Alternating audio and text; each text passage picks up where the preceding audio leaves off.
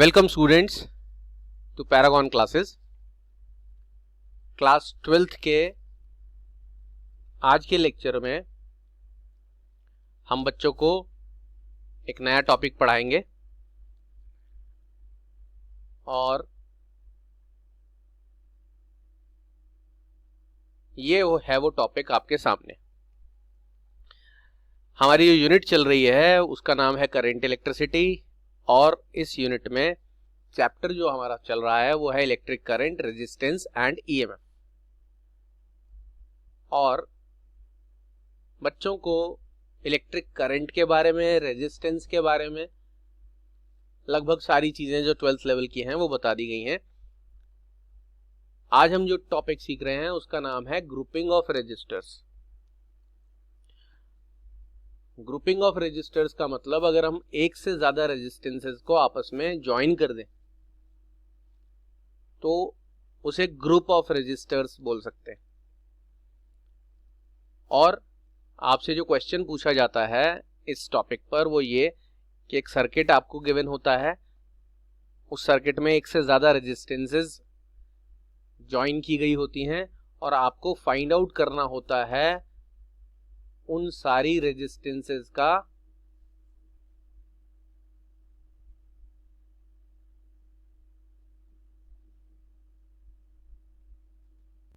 Equivalent resistance.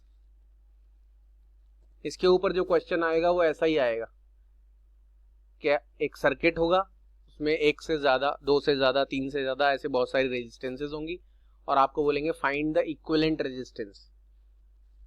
पहले बच्चे equivalent resistance का मीनिंग समझ लें। इक्विवेलेंट का मतलब इक्वल वैल्यू, इक्वल वैल्यू से बना है ये। और रेजिस्टेंस तो आप जानते हो क्या होता है, रुकावट। करंट के फ्लो को जो ऑपोजिशन झेलना पड़ता है वो रेजिस्टेंस कहलाता है। सर्किट में इक्विवेलेंट रेजिस्टेंस का मीनिंग क्या है कि आपको एक ऐसा सिंगल रेजिस्टेंस मालूम करना है जो अकेला वही काम कर दे जो ये सारे रेजिस्टर्स मिलकर कर रहे हैं। इसको आप ऐसा भी समझ सकते हो जैसे आपने 11th क्लास में वेक्टर्स का रिजल्टेंट निकालना सीखा था। तो रिजल्टेंट ऑफ वेक्टर्स, 2 वेक्टर्स या 3 वेक्टर्स क्या होता था, इस क्लास में भी यूज किया है आपने, कूलम्स लॉ वगैरह में, इलेक्ट्रिक फील्ड वगैरह में वेक्टर सम किया है। तो वेक्टर सम करते थे तो हम रिजल्टेंट ऑफ वेक्टर्स निकालने के लिए एक ऐसा सिंगल वेक्टर निकालते थे जो अकेला ही वो काम कर दे जो वो दोनों तीनों वेक्टर मिलकर कर रहे हैं। तो यहां पर भी हम जब इक्विवेलेंट रेजिस्टेंस फाइंड आउट करेंगे तो हम एक ऐसा रेजिस्टेंस फाइंड आउट करेंगे जो अकेला लगाने पर वही इफेक्ट पैदा कर दे जो ये सारे मिलकर कर रहे हैं किसी भी सर्किट में। उसके लिए आपको 2 तरह के सर्किट्स दिखाए जा रहे हैं। ये वाला जो आप सर्किट देख रहे हो इसमें ये R1, R2, R3 3 रेजिस्टेंस लगे हैं। ये हैं रेजिस्टर्स इन सीरीज और ये जो आप देख रहे हो ये है रेजिस्टर्स इन पैरेलल। अब आपको सीरीज कॉम्बिनेशन की पहचान बताते हैं। सीरीज कॉम्बिनेशन में आप जैसा कि देख रहे हो ये एक बैटरी लगी है, let us suppose V volt की, और इस बैटरी का जो पॉजिटिव टर्मिनल है वो कनेक्टेड है पहले रेजिस्टेंस के इस पॉइंट पर, या पहले रेजिस्टेंस के एक एंड पर कहना चाहिए। और उस पहले रेजिस्टेंस का नेक्स्ट यानी दूसरा जो एंड है वो कनेक्टेड है अगले रेजिस्टेंस पर, और फिर वो रेजिस्टेंस कनेक्टेड है अगले रेजिस्टेंस पर। ऐसे सभी रेजिस्टेंसेस एक दूसरे के साथ लाइन में कनेक्टेड हैं, लेकिन सबसे आखिरी जो रेजिस्टेंस है उसका ये जो फिनिशिंग एंड है वो बैटरी के नेगेटिव टर्मिनल से कनेक्टेड है। यानी सीरीज की पहचान यहां पर ये है फिलहाल कि पहला resistance positive terminal of the battery से और आखिरी resistance negative terminal of the battery से कनेक्टेड होता है। बीच में जितने भी रेजिस्टेंसेस लगे होते हैं वो आपस में एक दूसरे से कनेक्टेड होते हैं बीच का कोई यहाँ पर एक है या 2 3 4 कितने भी हो, उनका बैटरी से डायरेक्टली कोई कनेक्शन नहीं होता है। बैटरी से कनेक्शन होता है सिर्फ पहले रेजिस्टेंस के एक एंड का और आखिरी रेजिस्टेंस के टेल एंड का कहना चाहिए। अब इस पॉजिटिव टर्मिनल से करंट फ्लो करता है I, जो पहले रेजिस्टेंस से होता हुआ, दूसरे रेजिस्टेंस से होता हुआ, तीसरे रेजिस्टेंस से होता हुआ नेगेटिव टर्मिनल से वापस आ जाता है। यानी इन सारे रेजिस्टेंसेस में करंट की वैल्यू सेम रहती है, लेकिन सभी रेजिस्टेंसेस में पोटेंशियल डिफरेंस अलग अलग होता है, और जितने रेजिस्टेंसेस हैं सबका पोटेंशियल डिफरेंस अगर ऐड कर दें तो वो टोटल पोटेंशियल डिफरेंस के इक्वल आ जाता है जो बैटरी ने लगाया हुआ है। ये टेक्निकल जो पहचान है कि क्या चीज सेम होती है। सीरीज में जब रेजिस्टर्स लगे होते हैं तो आपको याद रखना है सभी रेजिस्टर्स में करंट सेम रहता है, और क्या चीज डिफरेंट रहती है सब में, सभी रेजिस्टेंसेस में पोटेंशियल डिफरेंस सबका अलग अलग होता है। और उसका आप रीजन भी समझ सकते हो, V is equal to IR, किसी भी कंडक्टर का रेजिस्टेंस का पोटेंशियल डिफरेंस फाइंड आउट करने के लिए करंट इनटू रेजिस्टेंस। अब सबके R1 R2 R3 सबके वैल्यू अलग अलग हैं। सेम करंट से आप R1 को मल्टीप्लाई करोगे आपका आंसर अलग आएगा, सेम करंट से R2 को मल्टीप्लाई करोगे क्योंकि R1 R2 R3 अलग अलग है। करंट सब में सेम होगा, जिस रेजिस्टेंस का वैल्यू सबसे ज्यादा होगा उसका पोटेंशियल भी सबसे ज्यादा होगा, उसके अक्रॉस पोटेंशियल डिफरेंस कहना चाहिए, और जिसका रेजिस्टेंस सबसे कम होगा पोटेंशियल डिफरेंस उसका सबसे कम रहेगा।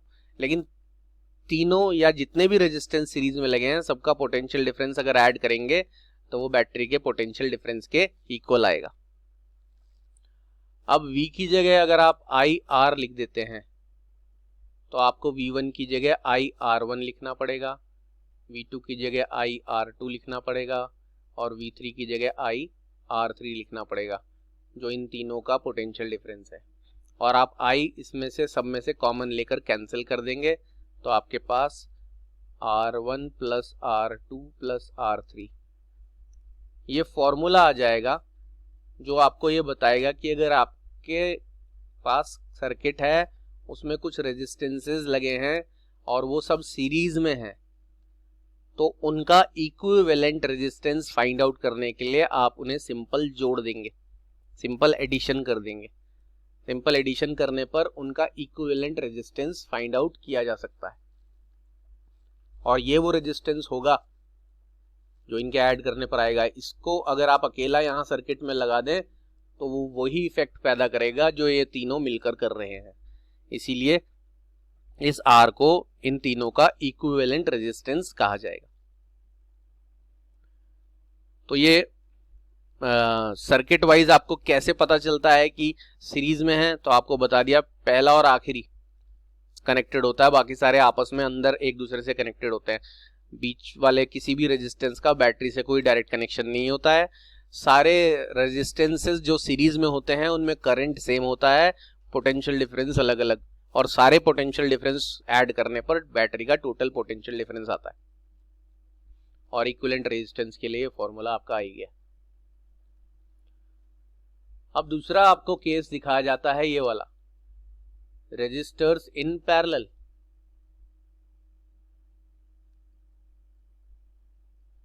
इस सर्किट को अगर आप गौर से देखें, बस यहाँ जो डिफरेंस पहला जो है, यहाँ मैंने बैटरी का सिंबल बना दिया है, यहाँ मैंने एक ये गोला बनाकर लिखा है V। इसका मतलब वही है कि यहाँ पर एक बैटरी लगी हुई है V वोल्ट की, जिसका पॉजिटिव टर्मिनल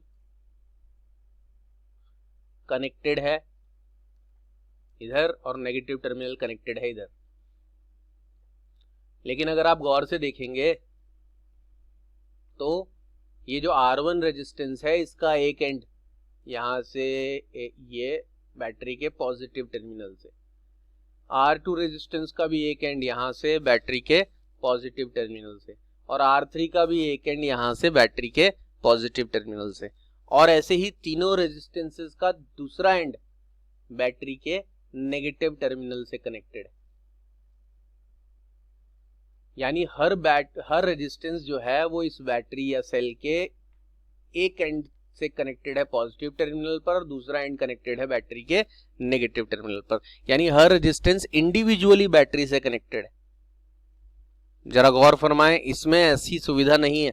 इसमें ये बीच में जो रेजिस्टेंस लगा हुआ है और कितने भी आप लगा दो लाइन से, बीच के कोई भी रेजिस्टेंस बैटरी से कनेक्टेड नहीं होंगे। हर रेजिस्टेंस अपने अगले वाले से और हर रेजिस्टेंस अपने अगले वाले से, या पहले वाला रेजिस्टेंस अपने पिछले वाले से कनेक्टेड है। यहाँ पर आप जितने भी रेजिस्टेंसेस और लगाना चाहते हो ऐसे करके यहाँ लगा सकते हो। हर रेजिस्टेंस का एक एंड मिल रहा होगा बैटरी के पॉजिटिव टर्मिनल से और दूसरा एंड मिल रहा होगा बैटरी के नेगेटिव टर्मिनल से। ये सर्किट को देखकर पहचान है पैरेलल कॉम्बिनेशन की। In parallel combination each and every resistance या each and every resistor, resistance तो प्रॉपर्टी है, करंट को अपोज करने की एबिलिटी, और रेजिस्टर वो चीज है जो रेजिस्टेंस प्रोवाइड करता है। तो ऐसा कह सकते हो रेजिस्टर एक नाउन है और रेजिस्टेंस एडजेक्टिव है, उसकी वो प्रॉपर्टी। तो ईच एंड एवरी रेजिस्टर, ये जो चीज है इसको रेजिस्टर बोलते हैं, जो रेजिस्टेंस प्रोवाइड करता है। जैसे जो कैपेसिटेंस प्रोवाइड करता है उसे कैपेसिटर बोलते हैं, तो जो रेजिस्टेंस प्रोवाइड करता है उसे रेजिस्टर बोलते हैं। Each and every resistor is connected individually with the positive and negative terminal of the battery. अब इस बैटरी के पॉजिटिव टर्मिनल से जो करंट निकलता है, ये करंट बनाया गया है आई। ये करंट यहां से निकलने के बाद जब यहां पहुंचता है तो उसके 3 ब्रांचेस हो जाते हैं। 3 हैं रेजिस्टर तो 3 होंगे, और जितने कनेक्ट करो उसके उतने पार्ट्स हो जाएंगे। देख रहे हैं, ये वाला I1, ये वाला क्या कहलाता है I2, और ये वाला क्या कहलाता है I3। तो आपके I1, I2 और I3 ऐसे तीनों रेजिस्टर्स में अलग अलग करंट चला गया है। और करंट बड़ा समझदार है, वो उस रेजिस्टेंस में सबसे कम जाता है जिस रेजिस्टर की रेजिस्टेंस सबसे ज्यादा होती है, क्योंकि रेजिस्टेंस तो करंट को क्या करती है, अपोज। तो जिसमें अपोजिशन ज्यादा उसमें करंट कम, और जिसमें अपोजिशन कम उसमें करंट ज्यादा। लेकिन तीनों रेजिस्टर्स के अक्रॉस जो V होता है वो सेम होता है। यहां ध्यान रखें, क्या चीज सेम है, तीनों रेजिस्टेंस का V सेम है, लेकिन तीनों रेजिस्टर्स का करंट डिफरेंट है। यानी इससे जस्ट रिवर्स, यहां पर करंट तीनों में सेम था लेकिन V यानी पोटेंशियल डिफरेंस तीनों का अलग अलग था। और रीजन फिर से वही है, V is equal to IR से भी आप समझ सकते हो, रेजिस्टेंस जितना ज्यादा करंट उतना कम, एंड वाइस वर्सा, रेजिस्टेंस जितना कम करंट उतना ज्यादा, दोनों का प्रोडक्ट हमेशा कांस्टेंट रहेगा। अब इस सर्किट में किस चीज के पार्ट्स हुए हैं करंट के, इसमें किसके पार्ट हुए थे, वोल्टेज के।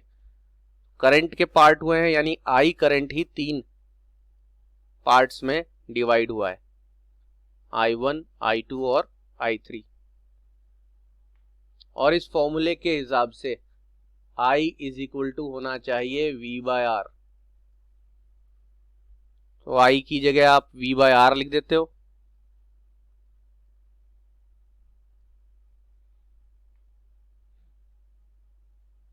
I1 की जगह आप लिख देते हो V/R1, I2 की जगह आप V/R2 और I3 की जगह आप लिख देते हो V/R3।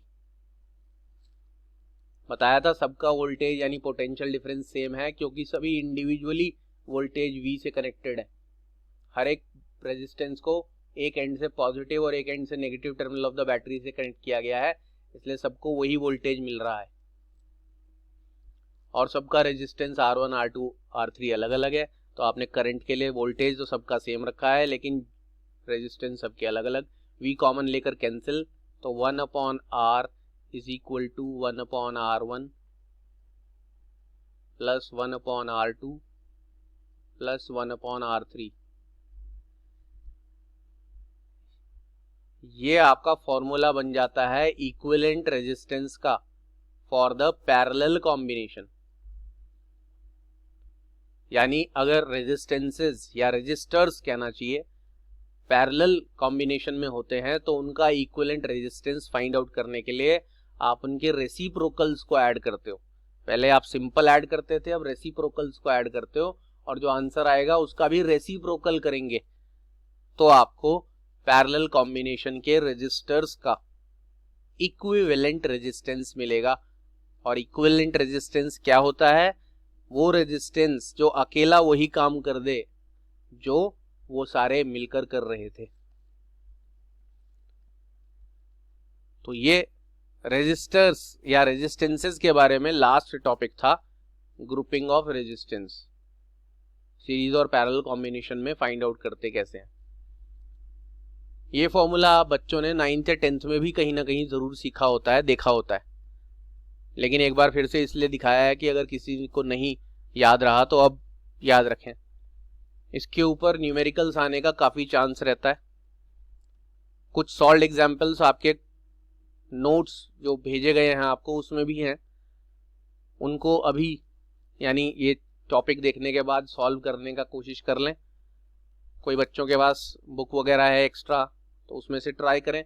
बाकी पेपर चैप्टर खत्म होने के बाद आपको पेपर भेजा ही जाएगा, उसमें भी ग्रुपिंग ऑफ रेजिस्टर्स के काफी क्वेश्चंस होते हैं।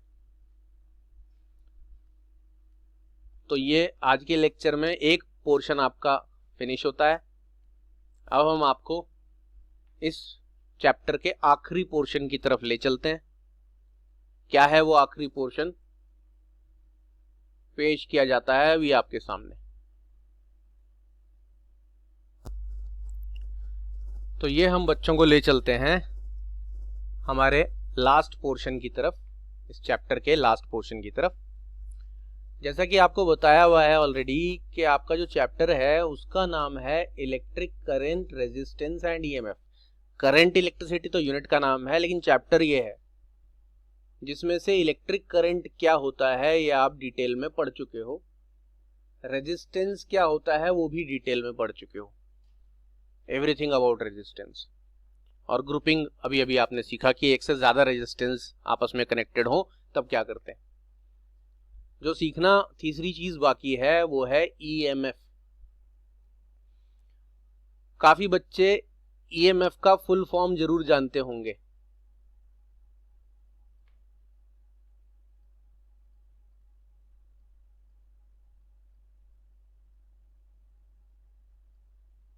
इसको भी लिखा जाए।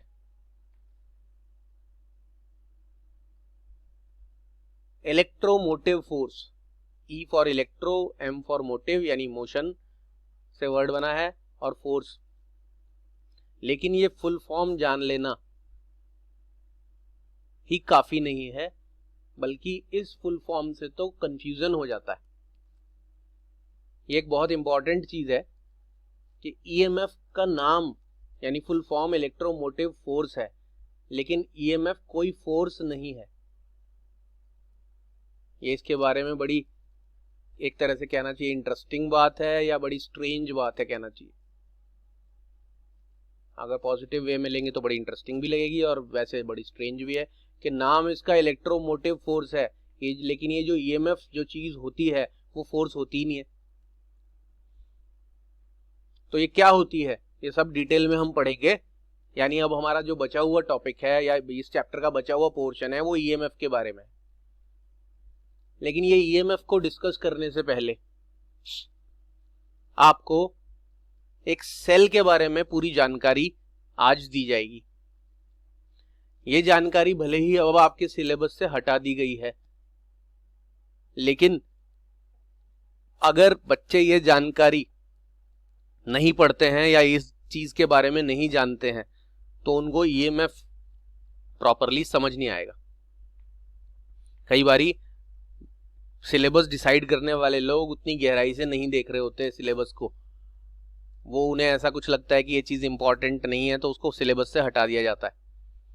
लेकिन साइंस सिलेबस के हिसाब से नहीं बनी है, साइंस बनी, उस साइंस को या फिजिक्स को केमिस्ट्री को सिलेबस में डाला गया। तो साइंस इस बात को लेकर नहीं चलती कि सिलेबस में जो चीज़ है या नहीं है, साइंस इस बात को लेकर चलती है क्या चीज़ किस चीज़ के समझने के लिए ज़रूरी है। तो बच्चे पहले ही एक बार बहुत ध्यान से ये बात सुन लें कि ईएमएफ तो आपके सिलेबस में है, कि पूरी डिटेल है उसकी, लेकिन उसको समझने के लिए ये जो चीज़ है ये आपको समझना जरूरी है। ये पर्टिकुलर चीज़ आपके सिलेबस में नहीं है जो आज बताई जा रही है। तो आप ऐसा समझ लो कि आप अपनी खुद की भलाई के लिए ये चीज़ समझ रहे हो और फिर ईएमएफ आपको बहुत आसानी से समझ में आ जाएगा। वरना बच्चे ईएमएफ को बस रट लेते हैं लेकिन उसका मतलब उनको पता नहीं होता। और इसके बारे में तो और भी कंफ्यूजिंग बात है कि इसका फुल फॉर्म भी इसके सही मतलब को नहीं बता रहा है। क्या बोला मैंने अभी? ईएमएफ का फुल फॉर्म है इलेक्ट्रोमोटिव फोर्स, लेकिन वो फोर्स ही नहीं है। तो इसके लिए तो आपको और ज़्यादा अच्छी तरह अटेंशन पे करना चाहिए। तो ध्यान से सुनो, ये आप एक सिंपल सर्किट देख रहे हो जिसमें एक बल्ब लगा हुआ है, एक स्विच जिसको की भी बोलते हैं वो लगी हुई है, और उस बल्ब को जलाने के लिए मतलब ग्लो करवाने के लिए, बल्ब में करंट फ्लो कराने के लिए एक बैटरी या सेल लगा हुआ है। ये बैटरी या सेल आपने सबने देखा होगा, आपके रिमोट में और बहुत सारी जगह पर ये सेल या बैटरी लगी होती है, जिसका हम सिंबल ऐसा बना देते हैं। असल में देखने में वो इस तरह का सिलिंड्रिकल होता है, और फिर हम ऐसा एक सर्किट बना देते हैं। इस सर्किट में ये जो चीज है, बड़ी लाइन छोटी लाइन, ये इस बैटरी को डिनोट करती है, और ये जो चीज है ये रेजिस्टेंस, ये बल्ब का रेजिस्टेंस कह सकते हो आप, क्योंकि बल्ब में भी अपना खुद का रेजिस्टेंस होगा। और ये की अभी ये ऑफ है, इसको ऑन कर दिया। यानी रियलिटी में ये सर्किट ऐसा जो दिखता है उसका सर्किट नोटेशन डायग्राम ऐसा बनता है। अब ये रेजिस्टेंस क्या होता है, कैसे कंबाइन वंबाइन, ये सब हम पढ़ चुके हैं। अब हमें इस चीज के अंदर जाना है, यानी बैटरी अंदर से कैसे फंक्शन करता है, कैसे बनता है, उसकी कहानी आपको आज सुना दी जाएगी। आज आपको बैटरी के बनने की कहानी सुनाई जाएगी। जब आप बैटरी के बनने की कहानी सुन लोगे, अच्छी तरह समझ लोगे, तब आपको समझ में आएगा ईएमएफ क्या होता है। उससे पहले कोई बच्चे को समझ में नहीं आ सकता, वो याद ही करेगा हमेशा। तो आज हम इसके अंदर का सब कुछ पढ़ेंगे।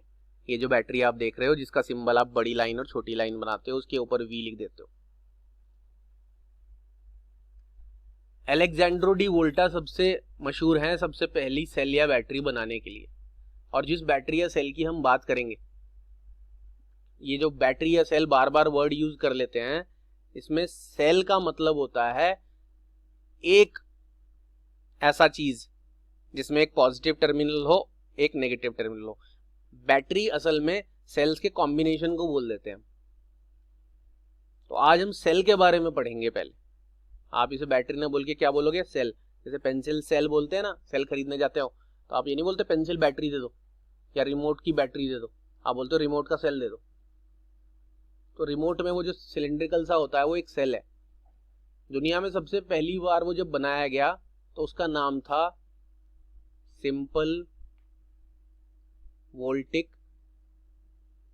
Cell, अलेक्जेंड्रो D वोल्टा।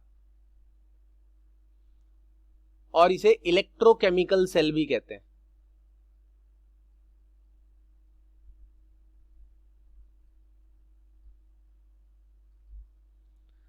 इलेक्ट्रोकेमिकल सेल इसलिए कहते हैं क्योंकि ये केमिकल एनर्जी से इलेक्ट्रिकल एनर्जी बनाता है। वैसे और भी तरह के सेल आते हैं, सोलर सेल वगैरह वगैरह, उनकी हम अभी फिलहाल बात नहीं करते। हम फिलहाल उस सेल की बात करते हैं जो इलेक्ट्रोकेमिकल सेल था। आज भी ये पेंसिल सेल आप यूज करते हो, ये इलेक्ट्रोकेमिकल सेल है, ये उसी सेल का मॉडिफाइड वर्जन है। तो मैं आपको बताता हूं सबसे पहला सेल कैसे बना। अब आपको ये तो पता ही है कि सेल में एक पॉजिटिव टर्मिनल होता है और एक नेगेटिव टर्मिनल होता है। जब तक ये पॉजिटिव और नेगेटिव टर्मिनल नहीं होगा, दोनों टर्मिनल्स के बीच में पोटेंशियल डिफरेंस नहीं होगा, और पोटेंशियल डिफरेंस नहीं होगा तो करंट भी फ्लो नहीं करेगा। यानी करंट का किसी भी सर्किट में फ्लो करने का रीजन है सेल में दो टर्मिनल्स का होना, एक पॉजिटिव और एक नेगेटिव। जब तक सेल में एक पॉजिटिव टर्मिनल यानी एक पॉजिटिवली चार्ज प्लेट या एक नेगेटिव टर्मिनल यानी नेगेटिव चार्ज प्लेट नहीं होगी, तब तक सेल के दोनों एंड्स के बीच में पोटेंशियल डिफरेंस नहीं होगा और वो सेल वर्क नहीं करेगा, करंट नहीं फ्लो कराएगा। मतलब कैसे आता है पोटेंशियल डिफरेंस सेल में जब दोनों टर्मिनल्स के बीच, वो मैं आपको दिखाता हूं। तो सबसे पहला सेल बनाया गया वो इस तरह से बनाया गया था। ये आप जो देख रहे हो कंटेनर, ये एक बड़ा सा ग्लास का कंटेनर लिया गया था और इस बड़े से ग्लास के कंटेनर में डाइल्यूट सल्फ्यूरिक एसिड, जिसको हम H2SO4 बोलते हैं, वो भरा गया। नाम सुना होगा बच्चों ने। और सल्फ्यूरिक एसिड भरने के बाद इस एसिड में दो रॉड्स डाली गई, एक कॉपर की रॉड और एक जिंक की रॉड। रॉड या प्लेट कुछ भी कह सकते हो आप इसको। जब ये रॉड इसके अंदर डाली जा रही थी तब ये रॉड्स न्यूट्रल थी, यानी जैसा कि अभी यहां देख रहे हो आप, इस जिंक की प्लेट पर नेगेटिव चार्ज दिखाया गया है और कॉपर की प्लेट पर या कॉपर की रॉड पर पॉजिटिव चार्ज दिखाया गया है। ऐसा पहले से नहीं था। ये रॉड्स इस सॉल्यूशन में डालने के बाद कुछ केमिकल रिएक्शन हुआ, जिसको हम फिजिक्स की फॉर्म में, रियलिटी की फॉर्म में समझेंगे क्या हुआ। और उस केमिकल रिएक्शन होने की वजह से अपने आप ही थोड़ी देर बाद ये रॉड जिंक वाली जो है वो नेगेटिवली चार्ज हो गई और कॉपर वाली रॉड ऑटोमेटिकली क्या हो गई, पॉजिटिवली चार्ज। और जब ये दोनों रॉड्स चार्ज हो गई, एक पॉजिटिव और एक नेगेटिव, तो इन दोनों के बीच में पोटेंशियल डिफरेंस डेवलप हो गया और यही दोनों रॉड्स बैटरी के दो टर्मिनल बन गए, जिनको आप ये दोनों लाइंस से रिप्रेजेंट करते हो, एक पॉजिटिव और एक नेगेटिव। तो ये सेल बनने का पूरा प्रोसेस है जो मैं अब आपको समझाने जा रहा हूं। जब सेल बनने का प्रोसेस आप सीख लोगे तब आपको ईएमएफ पता चल जाएगा क्या होता है, तभी पता चलेगा। बार बार बोला जा रहा है ये बात। तो आज हम सर्किट के बाहर के बजाय सेल के अंदर का स्टडी कर रहे हैं। आज भी दुनिया के सारे इलेक्ट्रोकेमिकल सेल इसी प्रिंसिपल पर काम करते हैं। बेसिक कॉन्सेप्ट उनके पीछे का यही होता है, बस उसको मॉडिफाई कर दिया गया है। जैसे ये बड़ा सा कंटेनर के बजाय अब आपका सेल का जो बॉडी होता है वो काफी छोटा होता है। अंदर ये लिक्विड पहले होता था, अब अंदर लिक्विड ना होके जेल फॉर्म या पेस्ट फॉर्म या कुछ पाउडर होता है, केमिकल होता है वो भी। ये सेल की बॉडी जो है ये अभी भी जिंक की बनी होती है, जो कि नेगेटिव टर्मिनल का काम करती है। तो सेल को बस साइज के हिसाब से मॉडिफाई किया गया है, वैसे ही जैसे आपके कंप्यूटर को या मोबाइल को मॉडिफाई करते गए। हर चीज को कॉम्पैक्ट बना दिया गया, क्योंकि इतना बड़ा सेल लेके फिर पोर्टेबल नहीं होता था वो।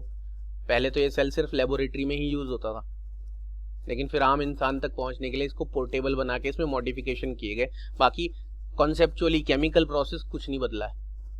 तो आपको सिखाते हैं या समझाते हैं कि कैसे अपने आप ही ये जिंक की प्लेट नेगेटिवली चार्ज हो गई और एक कॉपर की प्लेट पॉजिटिवली चार्ज हो गई सॉल्यूशन में डालने के बाद।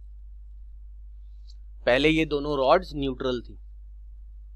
तो शुरू करते हैं। असली में आपको तो ऐसा रिएक्शन पढ़ा दिया जाता है, Zn प्लस H2SO4। क्या होता है ZnSO4? ये तो सिर्फ केमिकल रिएक्शन को याद करने का तरीका है। असल में केमिकल रिएक्शन का रिप्रेजेंटेशन है ये। रिएक्शन होता कैसे है वो मैं आपको सिखाता हूँ। रियलिटी में रिएक्शन कैसे टेक प्लेस कर रहा होता है जब दो चीजें या दो केमिकल्स आपस में मिलते हैं। तो सुनो, अभी तक ये रॉड पर कोई नेगेटिव चार्ज नहीं है, लेट अस सपोज। जैसे ही आप ये जिंक की प्लेट या रॉड इस सॉल्यूशन में डालोगे, जो जिंक का एटम होता है ना, कोई भी एटम ले लें हम जिंक का, उसके आउटर मोस्ट ऑर्बिट में दो ही इलेक्ट्रॉन्स पाए जाएंगे। अब ये प्लेट जो डाली गई इसमें जिंक के ही तो एटम्स होंगे, मानते हैं? जिस चीज की प्लेट है उसी के एटम से मिलकर बना होगा। ये जिंक की प्लेट या रॉड में जितने भी जिंक के एटम्स हैं उनके आउटर मोस्ट ऑर्बिट में दो इलेक्ट्रॉन्स हैं जिन्हें वो लूज करता है, और वो इलेक्ट्रॉन्स लूज करके वो इलेक्ट्रॉन्स को यहीं पर छोड़कर एटम खुद कूद जाता है जिंक में।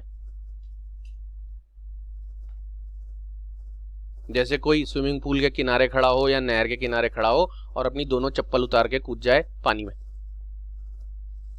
तो जिंक का एटम अपने आउटर मोस्ट ऑर्बिट के 2 इलेक्ट्रॉन्स, 2 ही होते हैं उसमें, हर एटम में आउटर मोस्ट ऑर्बिट में 2 इलेक्ट्रॉन्स हैं, उन्हें छोड़कर डाइल्यूट H2SO4 में कूद जाता है। और जब वो डाइल्यूट H2SO4 में कूदता है तब वो जिंक प्लस होता है, जिंक 2 पॉजिटिव। क्यों? क्योंकि अब उसने अपने 2 इलेक्ट्रॉन तो यहीं छोड़ दिए रॉड में। जितने जिंक के एटम्स अपने इलेक्ट्रॉन्स छोड़कर सल्फ्यूरिक एसिड में कूदते रहते हैं, रॉड पर इलेक्ट्रॉन्स यहीं छूटते रहते हैं और जिंक के एटम्स इलेक्ट्रॉन छोड़कर कूदते रहते हैं, तो रॉड पर नेगेटिव चार्ज आना शुरू हो जाएगा अपने आप ही, क्योंकि इलेक्ट्रॉन्स यहां रह गए, एटम कूद गया। पहले एटम भी इसके अंदर था और जितने एटम पर पॉजिटिव चार्ज था उतने ही इलेक्ट्रॉन्स पर नेगेटिव चार्ज था, इसलिए न्यूट्रल था। अब एटम इलेक्ट्रॉन को यहीं छोड़कर आयन बनकर Zn2 पॉजिटिव आयन इसमें कूद गया है। तो ये रॉड इस सॉल्यूशन में डालते ही ऑटोमेटिकली नेगेटिवली चार्ज होना शुरू हो जाती है, और जब जितने एटम्स अपने इलेक्ट्रॉन्स छोड़कर सारे कूद जाते हैं, वो सारे इलेक्ट्रॉन्स के बराबर का नेगेटिव चार्ज इस रॉड पर ऑटोमेटिक आ गया। अब ये जिंक H2SO4 में क्यों कूदा है? क्योंकि उसको H2SO4 के साथ केमिकल रिएक्शन करना है। और कैसा केमिकल रिएक्शन? जिसको केमिस्ट्री में डिस्प्लेसमेंट रिएक्शन कहते हैं। ये Zn2 पॉजिटिव जो है, ये इस H2SO4 में SO4 के नेगेटिव आयन के साथ कंबाइन करता है और H2 को डिस्प्लेस कर देता है। ये Zn जब H2SO4 के साथ रिएक्ट करता है तो H2 को हटाकर खुद उसकी जगह फिक्स हो जाता है और ZnSO4 और प्लस साथ में बचता है H पॉजिटिव आयन, और वो 2H पॉजिटिव आयन बचता है। अगर बच्चों ने ये रिएक्शन पहले केमिस्ट्री में पक्का देखा होगा कि Zn plus H2SO4 gives ZnSO4 plus 2H positive ions, यानी यहां जो H2SO4 था उसमें से H पॉजिटिव आयन्स अलग हो गए हैं और SO4 नेगेटिव आयन्स कंबाइन हो गए हैं Zn के साथ, तो वो तो ZnSO4 बनाकर खुश हैं। तो Zn ने यहां पर कूदा और H2SO4 को में अलग कर दिया, H पॉजिटिव आयन को अलग करके खुद उसके साथ SO4 के साथ सेटल डाउन हो गया। अब ये H पॉजिटिव आयन बड़ा दुखी है कि मेरा तो घर बर्बाद हो गया। अच्छा खासा मैं SO4 के साथ सेटल डाउन था, Zn बीच में आके मुझे हटा के खुद सेटल डाउन हो गया और मुझे बेघर कर दिया, मैं अकेला रह गया, दुखी, गुस्सा। और किससे? जिंक से, कि उसने घर बर्बाद किया। अब ये दुखी रोता रोता जो H पॉजिटिव आयन है, जिंक जो कि मेटल है, उसकी शिकायत करने कॉपर रॉड के पास जाता है कि मेटल का दिया हुआ दुख मेटल ही दूर कर सकता है। जब ये कॉपर रॉड के पास पॉजिटिव आयन जाता है तो कॉपर रॉड इसको 1 इलेक्ट्रॉन डोनेट कर देती है हर H पॉजिटिव आयन को। 2H पॉजिटिव आयन गए तो 2 इलेक्ट्रॉन डोनेट कर दिया। जैसे बच्चे को टॉफी देके चुप करा देते हैं ना, तो H पॉजिटिव आयन को ये 1 इलेक्ट्रॉन डोनेट करती है। अब H पॉजिटिव आयन का मतलब क्या है कि हाइड्रोजन के आउटर मोस्ट ऑर्बिट में तो 1 ही इलेक्ट्रॉन है और वो उसके पास नहीं है, इसीलिए ये H पॉजिटिव आयन है। जैसे ही कॉपर रॉड इसको 1 इलेक्ट्रॉन डोनेट करती है, ये अब H पॉजिटिव आयन से हाइड्रोजन का क्या बन जाता है? एटम।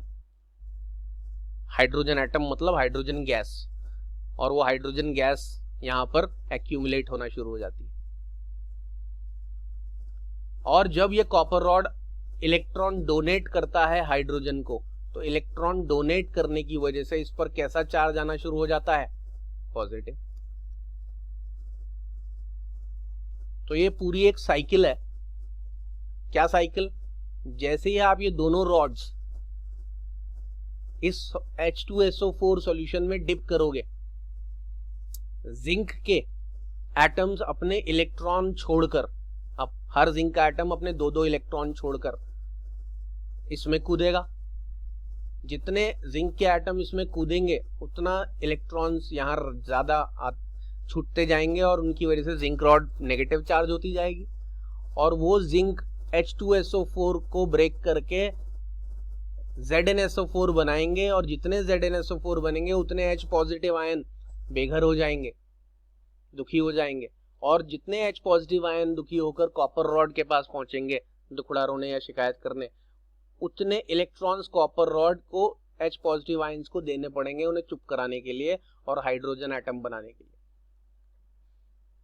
और जितने electrons copper rod hydrogen positive को डोनेट करता जाएगा उसे हाइड्रोजन एटम बनाने के लिए, उतने इलेक्ट्रॉन डोनेट करने पर उतना ही उस पर कैसा आता जाएगा, पॉजिटिव चार्ज। तो यहाँ पर कूदने से इलेक्ट्रॉन्स की फॉर्म में नेगेटिव चार्ज आया, उन्होंने इसको डिसोसिएट किया, अलग अलग किया, उतने H पॉजिटिव आयंस फ्री हुए, उतना ही H पॉजिटिव आयंस यहाँ पहुंचे तो उतना ही इलेक्ट्रॉन्स डोनेट करने की वजह से उस पर पॉजिटिव चार्ज आया। जो चीज इलेक्ट्रॉन डोनेट करती है उस पर प्लस चार्ज आता है। तो ये पूरी केमिकल प्रोसेस होने के बाद, ये रियलिटी में ऐसे ही होती है प्रोसेस, ये तो हमें रटवा दिया जाता है कि Zn plus H2SO4 gives ZnSO4 plus 2H positive, लेकिन असली में ये रिएक्शन इसी तरह एक दूसरे का घर बर्बाद करके होती है कि Zn आने पर H पॉजिटिव और SO4 नेगेटिव, H2H पॉजिटिव होता है और SO4 2 नेगेटिव, ये दोनों अलग अलग हो जाते हैं और SO4 वाला Zn के साथ सेटल डाउन हो जाता है और ये बेचारा अकेला रह जाता है। तो ये कॉपर की शरण में जाता है, कॉपर इसको समझा बुझा के चुप कराता है और जब ये चुप हो जाता है तो हाइड्रोजन गैस बन के कॉपर की रॉड के चारों तरफ चिपटा रहता है। तो ये पूरा प्रोसेस होने पर कॉपर की रॉड पर पॉजिटिव और जिंक रॉड पर नेगेटिव चार्ज आ जाता है। इसमें इंसान ने कुछ नहीं किया है, सिर्फ इंसान ने एक काम किया कि एक बीकर जैसा एक कंटेनर लेकर उसमें H2SO4 डाइल्यूट सल्फ्यूरिक एसिड डालकर उसमें 2 रॉड्स को डिप कर दिया। 2 रॉड्स को डिप करने के बाद ये जो मैंने कहानी सुनाई, ये केमिकल रिएक्शन ऑटोमेटिकली अपने आप होता है और अपने आप ऐसा होने की वजह से, ये केमिकल रिएक्शन होने की वजह से एक रॉड पॉजिटिवली चार्ज और दूसरी रॉड नेगेटिवली चार्ज हो जाती है और दोनों रॉड्स पर पॉजिटिव और नेगेटिव चार्ज आ जाने की वजह से दोनों के बीच में पोटेंशियल डिफरेंस डेवलप हो जाता है। जब इन्हीं दोनों रॉड्स को 2 टर्मिनल्स मान के आप यहाँ कनेक्ट करते हो या यहाँ कनेक्ट करते हो किसी अप्लायंस से, तो वो पोटेंशियल डिफरेंस होने की वजह से उस अप्लायंस में क्या फ्लो कर जाता है, करंट, और उस करंट की वजह से वो अप्लायंस वर्क करता है। मतलब बल्ब है तो जलता है, कोई स्पीकर कनेक्ट कर दोगे तो बजेगा, रिमोट कनेक्ट कर दोगे तो रिमोट से टीवी चल जाएगा, जो भी है।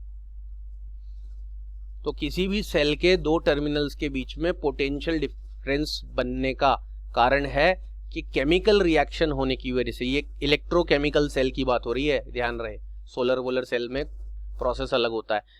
इलेक्ट्रोकेमिकल सेल में 2 टर्मिनल्स के पॉजिटिव और नेगेटिव चार्ज होने का या उनके पॉजिटिव और नेगेटिव चार्ज एक्वायर करने का कारण है अंदर केमिकल रिएक्शन। वो केमिकल रिएक्शन होने की वजह से वो एक रॉड ऑटोमेटिकली पॉजिटिव चार्ज और एक रॉड ऑटोमेटिकली नेगेटिव चार्ज हो जाती है और फिर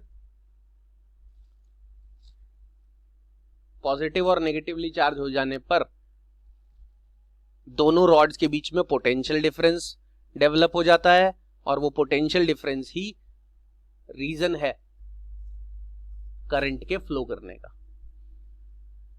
तो अब अगली क्लास समझने से पहले या अगली क्लास पढ़ने से पहले आपको सेल के अंदर 2 टर्मिनल्स के बीच में पोटेंशियल डिफरेंस कैसे डेवलप हुआ वो आपको पता होना चाहिए, जो आपको अभी समझाया गया है। अब ये जो पोटेंशियल डिफरेंस डेवलप हुआ, अब ये सेल ले जाकर कहीं पर कनेक्ट करेंगे। अभी इस सेल को आप क्या बोल सकते हो, फ्रेशली प्रिपेयर्ड सेल। अभी आपका ये सेल फ्रेशली प्रिपेयर हुआ है, अभी आपने इसे यूज नहीं किया। अब आप इसे ले जाकर कहीं कनेक्ट करोगे तो इससे करंट फ्लो करेगा। अभी तक इससे कोई भी करंट नहीं लिया गया है।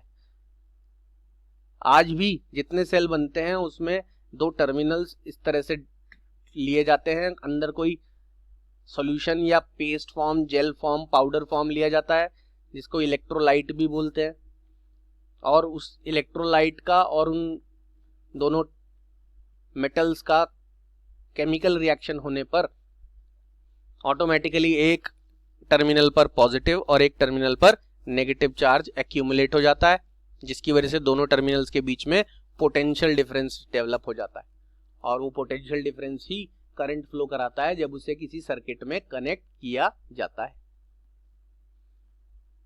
तो ये सेल के बनने की कहानी आपको ईएमएफ समझने के लिए बहुत काम आएगी। अगली क्लास में आपको ईएमएफ और सेल से जुड़ी हुई बाकी बातें बता दी जाएंगी।